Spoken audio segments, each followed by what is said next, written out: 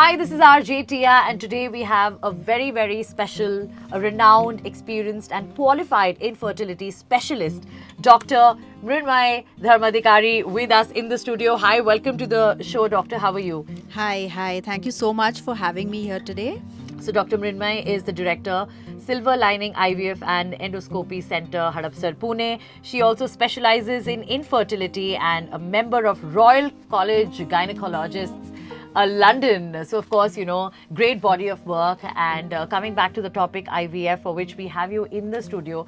First of all, I would like to thank Gufic Biosciences Limited for supporting this national level infertility awareness and campaign and engaging us with top doctors across the country, and it's just so amazing to meet all of you. Of course, this topic is something which is becoming very common with time. There are a lot of couples, who are trying to conceive, but unfortunately, it's not happening, and the need of this awareness is only growing with time. A lot of questions, Dr. Mrinmay, like what is the difference between male and female fertility? A lot of people don't even know that lifestyle and your small habits of what you're eating or what you're drinking also plays a very, very important role.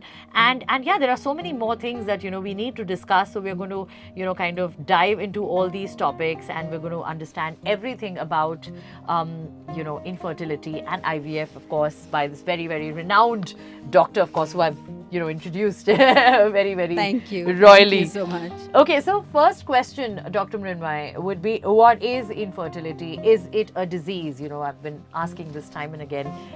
A lot of people think it's a disease. Yeah, so that's a very valid question.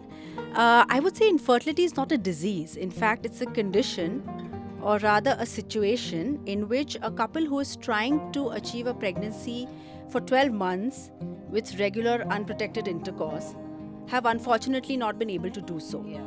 So each and every word that I have mentioned here is important. Regular, unprotected sexual intercourse for 12 months. So you see, the chance of having a pregnancy in 1 month is just 20%, despite everything being absolutely impeccable. Yeah. But after trying for at least 12 months, if it's still not happening, it's time to visit a fertility There's consultant. something not Correct. right about Absolutely. it. So what is the percentage of occurrence of infertility in males and females? And there is a belief or a disbelief that females are responsible for infertility. What would you want to say on that? Thank you very much for asking that question, first of all, because yes, there is a popular misconception that infertility is a very female problem. Yeah. But I must tell you that when it comes to infertility, both males and females, both of them are equally contributing to the problem. Yeah. So when you consider all the causes of infertility together, 50% of the times it is male infertility, and the other 50% of the times it is female infertility. So it is definitely not only a female problem. And I'd also like to take this opportunity here today to send out a message that whenever a couple is seeking treatment for infertility, it is very important that both the partners go in for that appointment in order to get themselves evaluated, to find out what is the cause of infertility And who is infertile? and what treatment you require. It's Yeah. not like one glove fits all. Yeah. You need to find out the cause before you can give any treatment. Mm-hmm. So it becomes very easier when both of them have come together, Yeah. and we can evaluate both of them at ease. So the next question is that what causes infertility? And irrespective of whether it's male or female, can it be treated? Yeah, so there are a number of causes of infertility, both female and male infertility. If we are talking about female infertility, most important causes lie in the ovaries. So polycystic ovarian syndrome, or PCOS or PCOD as it was formerly called, it's a condition in which the eggs do not grow in the ovaries, or if they grow, they are not rupturing in time, leading to a hormonal imbalance and ultimately resulting in infertility. Other causes like decrease in the number of eggs in the ovaries, or the ovarian reserve, also seen in the blood levels of low AMH as it's called. This is a condition in which the eggs start reducing in the ovaries, mainly associated with advancing age. I mean, given our modern lifestyles, we have seen a lot of female infertility in the advanced maternal age groups. Other causes of decreasing egg reserve is endometriosis, when the periods usually go backwards through the tubes onto the ovaries, giving rise to a decrease in the quality and the quantity of the eggs. Other causes include blocked fallopian tubes, again due to infections, especially sexually transmitted infections. Causes in the uterus like fibroids, there could be polyps, thin endometrium, or a uterine septum. Again, infections of the vagina and the uterus, which most of the times are sexually transmitted infections. Speaking of male infertility, again, a number of reasons. There could be hormonal imbalances in the males as well, which could in turn cause decrease in the number of sperms, the quality of the sperms. There could be some genetic issues, again conditions like hernia or hydrocele, varicoceles. All of these are swellings of the testes, in and around the testes, which basically impacts the production of the sperms as well as the quality of the sperms, giving rise to infertility. There are a number of addictions like substance abuse, especially smoking, which again has an effect not only on the sexual function, leading to erectile dysfunction or decrease in the quality of the sperms, but it can also in general affect the health of the male partner. So these are some conditions which can cause infertility other than the usual metabolic conditions like thyroid disorders or diabetes. All of these can affect both males and females. And so there are a number of causes of infertility, which is why infertility assessment becomes key before giving any treatment.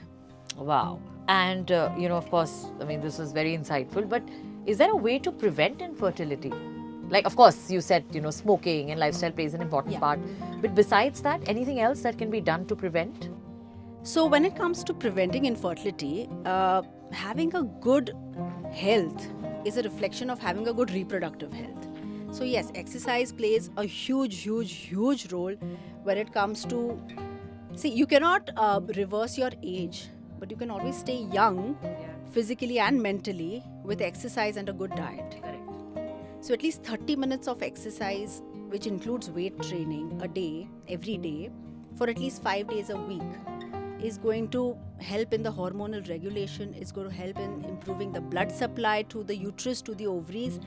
And of course, it's going to affect your fertility in a positive manner in the long run. Again, when it comes to diet, now there are a lot of misconceptions that, oh my God, my doctor has told me to lose weight, so I should be starving. Yeah. That's absolutely wrong. So I always tell my patients, it's not just about what you eat, it's how much you eat and when you eat, which is also so like a healthy, balanced diet. Exactly, a balanced diet. Which I think diet is just like helpful everywhere. Exactly. For so many other You never know reasons. how it's going to help you in what manner. But this is also one of the important. So can you explain the process of IVF? Of course, it's a very common word now. But I'm sure a lot of people still are figuring out what exactly is IVF. Is it for them or not? So what is IVF? So IVF basically means in vitro fertilization. And as the name suggests, usually the egg grows in the ovaries, it ruptures. The fertilization, that is the union of the egg and the sperm, takes place in the body.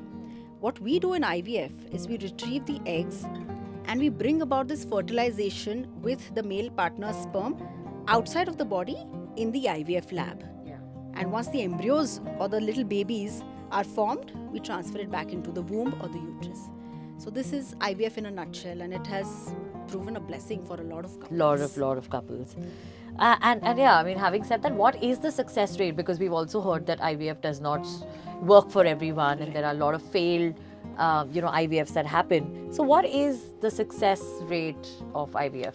So globally speaking, if you look at the global data, the success of IVF is around 30 to 40%. But again, the success is a very individual parameter as well. I mean, it varies from patient to patient, depending upon the age of both the male and the female partner, as well as what is the cause of infertility which has actually called for the IVF treatment. So the success will vary, especially depending upon the age. So the earlier you opt for IVF treatment, the better the egg quality, the better the sperm quality, the better the embryo quality, and the higher the success rates. Yeah. So a lot of times people go through IVF and they have a baby.